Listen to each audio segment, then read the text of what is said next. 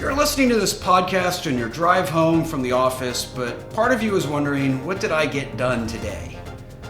You find that you've had too many days where you have questioned your own productivity. Phrases like, that could have been an email, resonate with you, and you relish a slow day where you can actually get something done. It does not have to be that way. It doesn't, because I've been thinking about that a lot recently. So I'm glad we're going to be talking about that today on this episode 4 of Happy Heuristics, Shock-Resistant Leader Routines and Rules of Thumb for a Complex World. And as you know, Jamie, this world moves fast, it's complex, and leaders have got to make decisions with trying to get consistent results, recognizing that, as human beings, we have limited computational power. So happy heuristics are these rules of thumb that allow us to operate in volatility, uncertainty, complexity, ambiguity, without having to think so much about every decision. Yeah, and that's why we're doing this podcast, is to explore the concept of heuristics as well as explore specific heuristics. And so for those new listeners, every episode we pick a theme, we each pick a heuristic, we stress test it. And so this episode's theme is sort of daily effectiveness. How do we make sure that we have an effective day, that we don't wonder what we got done and wonder what happened with our time? So we each have one. Mine is going to be, don't start your day in your inbox. Okay, interesting. So kind of a start the day heuristic that really is very time specific. Yours is broader, so why don't we start with yours? What's yours? Is yours just going to be start your day in Twitter? Is that it's Twitter, social media. Reddit, that's where to. I can't wait to dig into. Yeah, that's the good place to lose your day fast. Okay, good. Yeah, well, that actually maybe is a nice segue into mine, which is it's about making sure that you block time every week for activities that are merely important, not urgent. That's a good one. So blocking time is a very proactive task, right? Yeah. And it's not just try to do things that are important. It's blocking time. So it's a very proactive sort of rule. Yeah, and I think the part of why this one is important is sometimes we talk about heuristics as like, hey, there's just too much stuff going on. We have limited computational power and we can't process it all, even though we want to try. We think we need to try, and it's just have reliable heuristics, have reliable rules of thumb that help you get there faster, and don't get paralyzed. But this one is also about recognizing the need to hack our own human nature, right?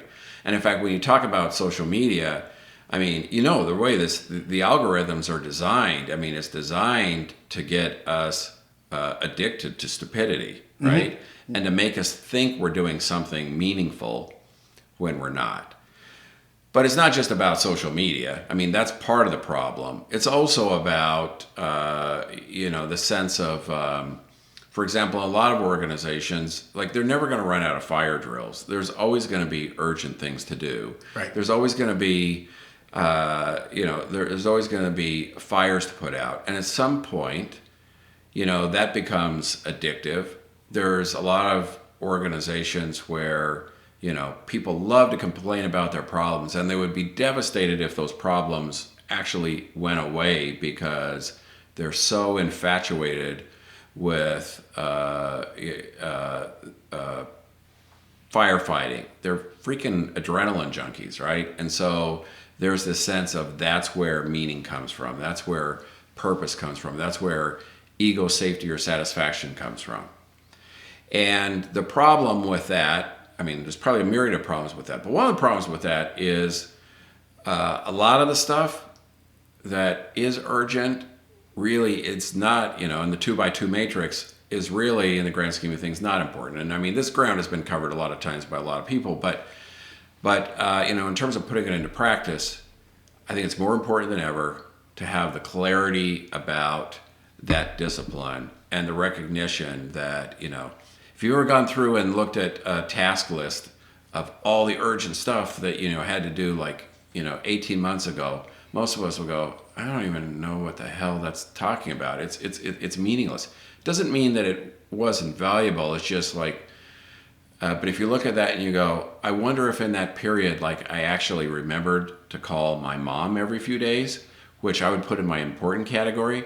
I'm going to guess I probably didn't do that sufficiently. So shame on me, because, when that happens, that is a failure. That is a failure to carve out the time. That's me succumbing to that human tendency to go, short attention span theater. I just got to keep busy. That's how I know I'm doing the right things, and as opposed to actually being more self-authoring and saying, yeah, there's a lot of stuff I got to do, and if I'm in self-authoring mode, I'm not going to let that keep me from staying focused on things that are actually important. And some people are going to go, hell, I don't know what's important. I actually don't know what's important, but not urgent, which is part of the reason that you need to carve out the time for that reflection. Yeah, and so I think a good test of why putting rules in place like this is, what happens when a meeting's canceled, mm-hmm. right? If you had time blocked off for a meeting and then the meeting's canceled or ends early, right, what happens with that time? Right. And most people would look at that and go, yeah, probably some really low value added stuff. Right. Right. So we sort of naturally fill the space, not thoughtfully, not strategically. We have a little empty space and it fills up with stuff that probably didn't have to happen at all. If it was going to happen, might as well have happened urgently. Probably wasn't that important. And you used the word discipline earlier. It takes a very disciplined person to have a surprise hour, yeah, and then make really good use of that. Right. And so with this heuristic, you're really talking about not relying on that kind of level of discipline, but to your point around self-hacking, being more systemic and putting in ways to depend less around, I'll say, good decision making, good strategic decision making in the moment. Right. Yeah. Yeah. Right. Because if because everybody's overloaded, and talking about Twitter, I think most people, including me, when the canceled meeting happens, it's like, oh, okay, I need a brainless diversion. I have earned this brainless diversion, and maybe I have. But, life's full of trade-offs, and if you don't even know what trade-offs you're making, you're probably going to make crummy decisions. Mm-hmm. Yeah, and so that idea of blocking time to work on important, I know probably the worst hours of my week in terms of real productivity, real good output, is an hour in between two meetings. Right? Mm-hmm. So if I have 3 hours of meetings and then an hour off and then 3 hours of meetings, that hour is not going to be well spent unless, and I'll say I use that heuristic this week. Just a couple of days ago, I had one of those hours, but I had blocked it off. Mm-hmm. I think that morning even, to say, this is what I'm going to do with that time. Yeah. And you know what? I did. Yeah. And I got the important thing done. Yeah. Yeah. So how does, how are there different ways? Is that how this should work? Are there different ways that should work? How do you see this rule working? Yeah, well, I think, practical application of this heuristic, it's the combination of knowing what's important, but not urgent, and then also knowing when to kick it into gear. So, it can be proactive and it can be responsive. So the proactive condition is when you go, I'm blocking time off on Thursday mornings, or I'm going to have the thing prompt me to call my mom every Sunday at 4 in the afternoon, right? Mm-hmm. So, and I don't have to think about it. I've set that. Now I'm not making a decision. I'm just getting prompted, or the time appears on my calendar as blocked off, right? And then I think the one that's, you actually referred to it, which is the reactive one. It's the opportunistic one, where it's having enough clarity that when time does open up, that you are at choice when it comes to using that wisely. One of the things that I did for many years and was and it's an idea from David Allen, and I can't remember if I heard him say this in a speech or whether he says this in Getting Things Done, but he says the way you set up your task list is to organize it by conditions that you are in. So, like for many years, part of the categorization in my task list is what are the things that I can do when I'm brain dead. Like I don't have to be at optimal. Right. Like my prefrontal cortex can be absolutely tapped, and I can still knock stuff off of here, right? But then another category is that stuff that's important, and part of his method is having that weekly review, so you actually do have that clarity. So I think part of that is being grounded in what's important, merely important, and not urgent, quote unquote, so that you have this sense of, oh, okay, I am in a mode. There's this condition. The condition is time I didn't expect to have.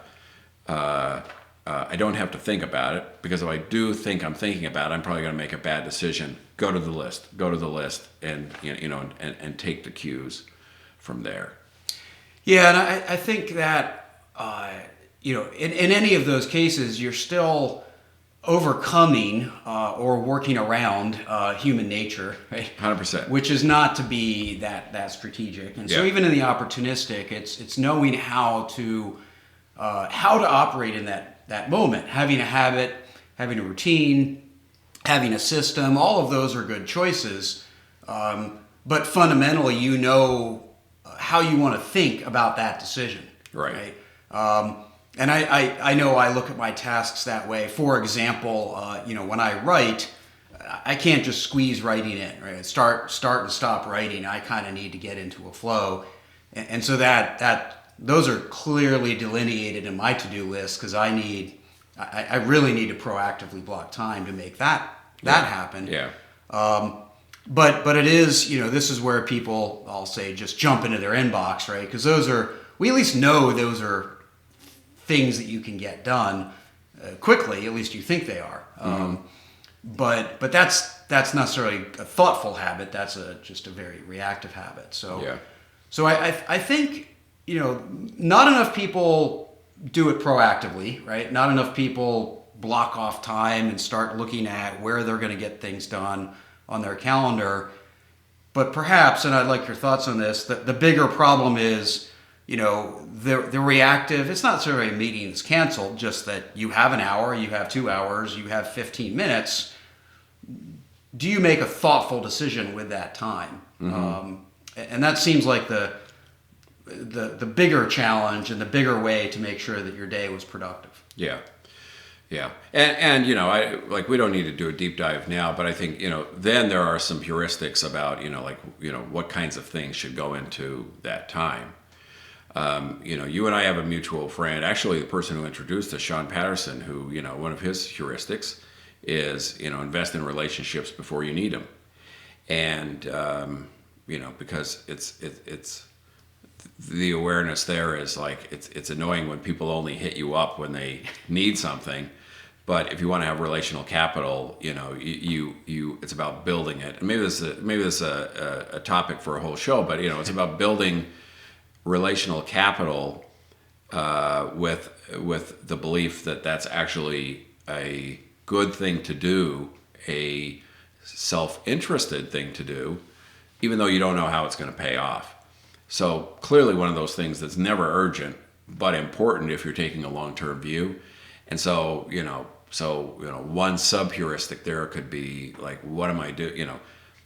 I think a lot of those things, and just like me saying, I need to use that time to call my mom, it is about relationships. A lot of it is going to be about relationships. And I think it was David Maister, and we'll correct it in the show notes if I'm wrong, and managing a professional services firm, and same guy wrote Trusted Advisor, who said, it's a problem in professional services firms where we get into delivery mode, and then we go and then we're too busy to actually engage in new business development, and then the project that has been consuming us ends, and then it's like, oh crap, now I got to go out, and the sales cycle is 6 months long, and so it's feast or famine. And so part of that, that heuristic from him is, I think he had a specific number. It was like, you are a moron if you do not, no matter how busy you get in delivery, you should be spending 15% or 20%, I don't remember what he said, of your time and energy on new business development, even when you don't need new business at the moment. Yeah, and so, one of our favorite questions around in the show is, where are the limits of these heuristics? Where does it break down? And I think what you're getting at with that whole thread is what is required is that you do have to know what is important and not urgent. Yeah. If you don't, whether it's rules such as that or a purpose or a strategy, if you don't have the right inputs to be able to make a thoughtful decision about what's important but not urgent, then, you're probably just living a reactive work life anyway. Absolutely, yeah. And this rule won't help you, right? Yeah. If you don't do that, this rule won't help you if you don't know what's important but not urgent. Yeah. Yeah, and I I don't know where you'd set the rule, but there are times when like firefighting mode is you only can focus on the urgent, but I'd say it's what would I say? I might say it's like 1.5 or 2 standard deviations outside of normal operating conditions, like that kind of a situation where it's where you go, no, it would be silly to be in anything other than firefighting mode in this kind of a situation. But usually it's an excuse. Yeah. Okay. Anything else to add on this one, or do you want to? I think we hit that one pretty well. I enjoyed your input on that as well. Okay, so we'll move on to the second one. All right, Let's get back to starting the day in Twitter. Yeah, so start your day in social media and then scroll until your battery dies. Yeah. I think that sounds awesome.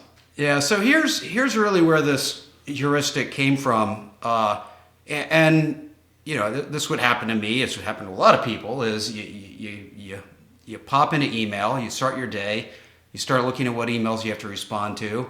An 8 o'clock meeting pops up, and you realize you're not ready for it. Mm-hmm. And then, hey, there's a 9 o'clock meeting you're not ready for, and 10 o'clock, and you get to the end of the day, and not only did you perform poorly in your time with other people, which is important, you didn't get anything else important done. Yeah.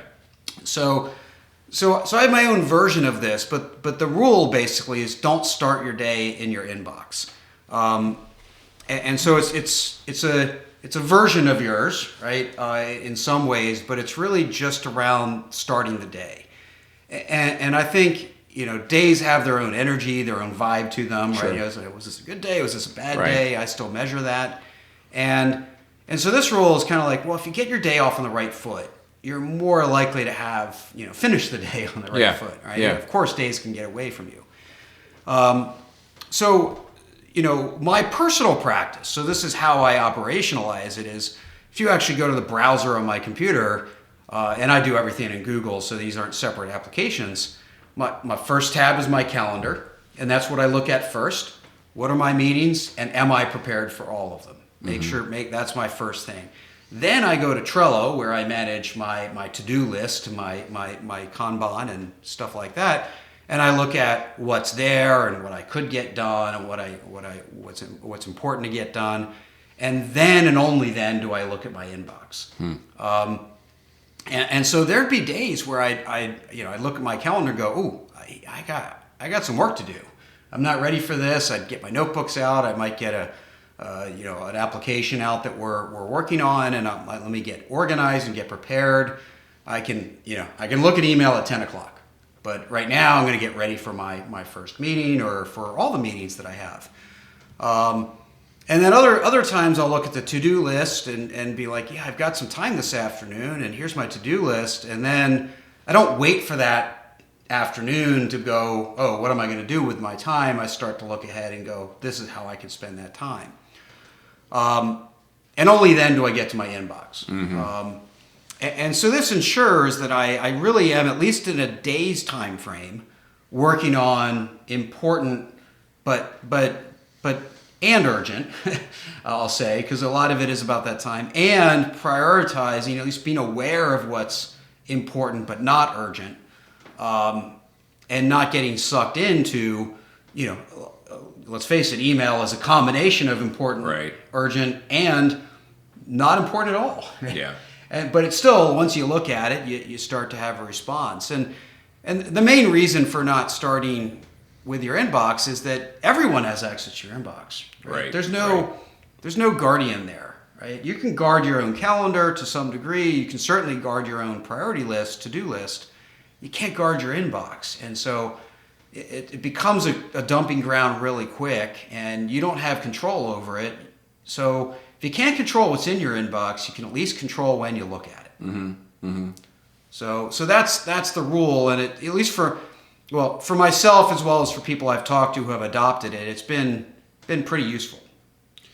Yeah, and so how long did it take to find your way there? Was this just something that you discovered, or did you, or was this a journey that had challenges along the way? So I'll say it's a bit of a journey, in the sense that I used to travel all the time, right? We both used to do a lot of that. I do almost none of it anymore. Mm-hmm. But usually if I was traveling, it was pretty easy to know what was important because I was going into my client and I wasn't going to have a chance to look at email. Yeah. So that sort of took care of itself, right? If I'm waking up in a hotel, that means I either have a flight to catch, urgent and important, or I have a client to go to, important and immediate. Mm-hmm. And so it was very difficult for me to get distracted by my inbox. And so my work was well delineated. Yeah. Traveling to work with clients, at home to do everything else, right? And so I'd say, as I started working from home a lot more, which I was going to be doing anyway, regardless of the pandemic, as I sort of reset myself at the beginning of 2020, then it became something that has been an evolution.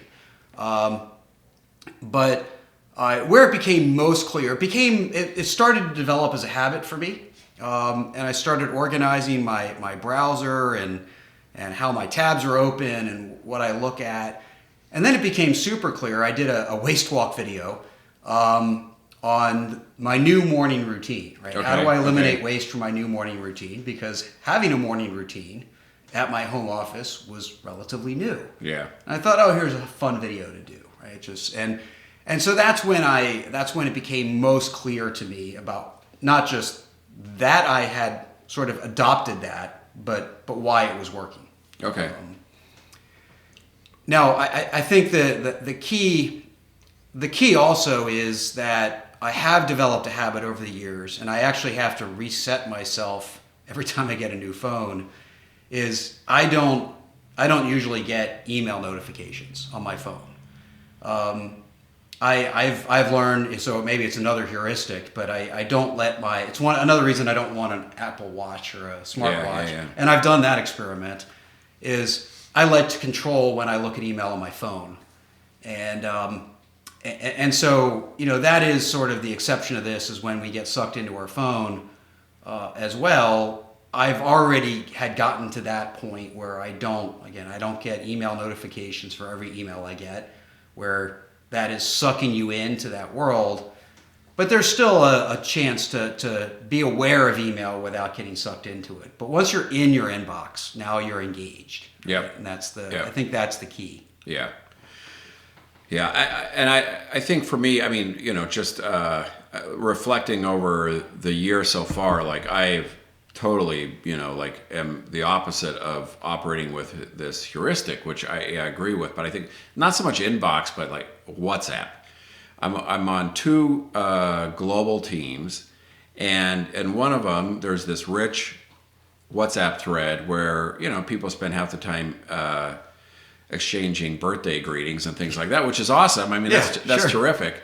But but then I'm on another global team where like we've got an event next week and there are some real urgencies, and so if I have it, and maybe you can set up some threads. I'm maybe a Luddite. I don't know how to turn off notifications for some threads versus others. But if I have them on, everybody is 6 hours ahead of me or more.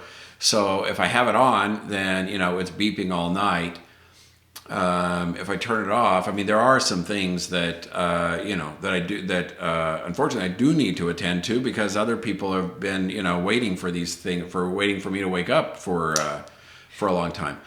That's it. But yeah, so I got to figure that out. But I was just thinking about one of those clients in Germany. She has a thing in her email that I think is really good, and maybe this is a thing that's catching on. It says something to the effect, I'm not word crafting it here, but something to the effect of, my hours may not be your hours.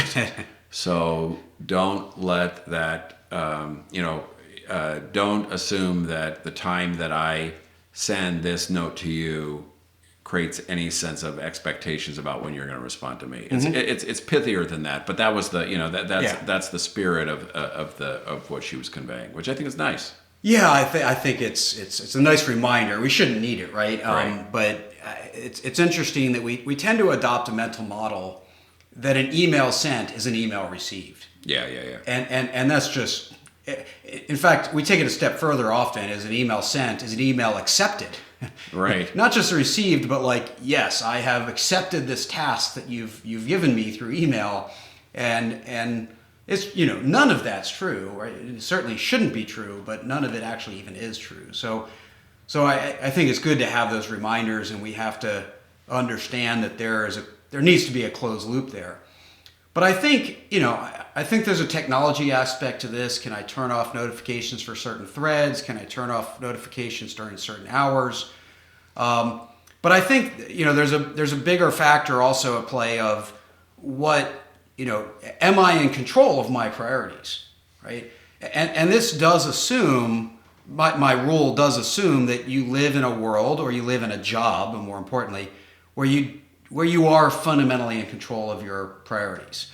Now, so if you were, managing a help desk in IT or a cybersecurity team, or, if the work that you did was fundamentally based on other people sending you urgent requests, then that probably is the important thing. Right. You got to be set up for that. To jump into your email as your first thing. And so then there's perhaps other rules and how do you block time to get out of it, and you need other things. But there's a fundamental assumption where I do have priorities, and whether they were priorities given to me by my boss and their goals that I need to do, or they're things that I've laid out, that basically what's important to me is something that I'm aware of. Yeah. And not truly analytically, strategically driven by my inbox. Yeah. And maybe a subsidiary heuristic I'd add on to that is like, trying to be in that frame of mind where, sometimes you're going to see stuff in your inbox that does end up hijacking your time, but it should not hijack your emotions, right? You should always be in a spot where it's like, okay, well, the way our brains are wired to respond to, threats or what might be a threat is to panic in some way, which is usually suboptimal for the actual situations most of us find ourselves in. And so, part of that hacking, I think, is how do we put ourselves in a spot where we are, again, and it goes back to my heuristic about, being self-authoring and making sure that we are, managing our emotional state, because that's where we lead from best, typically, versus putting ourselves in a spot where we subject ourselves to random BS that is going to end up having us probably get in our own damn way. Mm-hmm. Yep. And that's probably a whole nother podcast, right? Yeah. A whole nother dip our toes into stoicism, and we don't let other people control how we think. But that fundamentally is email is a way to hijack our time, which is really the intent of this heuristic, and then also a way to hijack our emotions, which is a whole nother one, right? Mm-hmm. And that's regardless of when we dip our toes into it. So So we have these two heuristics, all about making sure we feel productive, feel like we got something done, and fundamentally about managing time and returning to working on important but not necessarily urgent stuff, one way or the other, at a day's cadence, a week's cadence, a month's cadence, whatever that might be. So I think we've covered that ground. Yeah, this is good. I like this conversation. I got something out of it. Brought to mind some things that I need to work on. So thank you for sharing that heuristic with me. And I hope that anyone's listening has been gotten something out of it as well, and that have been prompted, provoked, inspired, whatever, to think about their heuristics, and in particular, and the rules of thumb that guide their behaviors, and in particular, how they spend their time, or how they manage their response to the stuff that's flying at them all the time. Yep. And so, as you do this, we want to, we hopefully there's some practical advice out of this, but we also want to make people smarter about managing their world with their own heuristics, whether they adopt ours and then iterate them or create their own. That's sort of the purpose behind all this. So we hope our listeners, please share this podcast with others, follow us, rate us, review us, give us feedback, give us ideas. We love hearing from folks. This is, we get most of our best thinking from engaging with other folks. So I think that's, we really appreciate hearing from folks around this podcast. And you can find us both at jflinch.com or mgstrat.com. And then if you want to find the podcast, /Happy Heuristics behind either of those. So please come and find us there. And our bonus heuristic to wrap up this episode is 2-second rule. Leave 2-second gap between yourself and the car in front of you. But what about, that's a nice one, Jamie. But what's the heuristic on picking up hitchhikers? Picking up hitchhikers, yes, or picking up hitchhikers, no? I think it depends on how cold the weather is, perhaps. But okay. Yeah. So so that's one that'll certainly save you time. You don't get anywhere faster by being closer to the car in front of you. Yeah. My grandfather's heuristic, which has sort of become like super symbolic for everyone in our family, transcended its practical guidance, is watch for deer. Watch for deer, especially where I live. That's a pretty good one where you live as well. So that's a good one. So thank you for listening. Be safe and be careful, and we'll see you all next time.